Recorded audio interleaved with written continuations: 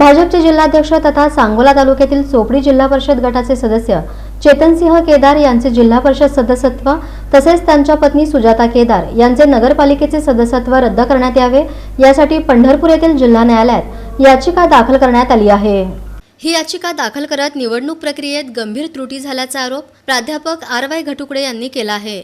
प्राध्यापक घटुकडे यांनी लोकप्रतिनिधित्व कायदा 1950 मधील कलम 31 चा उल्लेख करत जर एखाद्या व्यक्तीने 2 ठिकाणी नाव नोंदवून मतदान केले किंवा चुकीची माहिती दिली तर त्यास कारावास व दंडाची तरतूद आहे असे स्पष्ट केले आहे। 2016 मध्ये केदार हे सांगोला नगर परिषद हद्दीतून नगरसेवक म्हणून निवडून आले होते, तर नुकत्याच झालेल्या जिल्हा परिषद निवडणूक 2026 मध्ये चोपडी जिल्हा परिषद गटातून निवडून येताना निवडणूक आयोगाला दिलेल्या माहितीत विसंगती असल्याचा संशय आहे। त्यामुळे ही निवडणूक बेकायदेशीर ठरते असा दावा करत घटुकडे यांनी न्यायालयाकडून निष्पक्ष सुनावणीची अपेक्षा व्यक्त केली।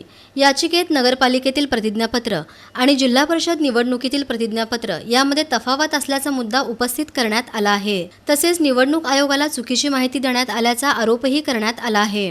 चेतनसिंह केदार हे सांगोला तालुक्यातील चोपडी जिल्हा परिषद गटातून निवडून आले आहेत। त्यांच्या पत्नी सुजाता केदार या शहरातील नगरपालिकेत बिनविरोध नगरसेविका आहेत। मात्र दोघांचीही नावे शहर आणि ग्रामीण अशा दोन्ही मतदार याद्यांमध्ये नोंद असल्याचा आरोप करण्यात आला आहे। लोकप्रतिनिधी अधिनियमाच्या कलम 31 नुसार एका व्यक्तीचे नाव 2 वेगवेगळ्या मतदार याद्यांमध्ये असू शकत नाही।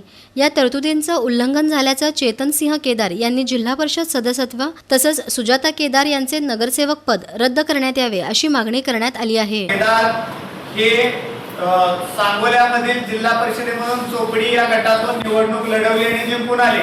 खरं तर पाहता ते 2016 साली त्यांचं सांगोला नगर परिषदेमध्ये नाव होतं। ते नगर परिषदेमधून उपनगराध्यक्ष 2016 साली झाले। त्याच्यानंतर काही कारणानिमित्त निवडणुका लांबल्या 9 वर्ष।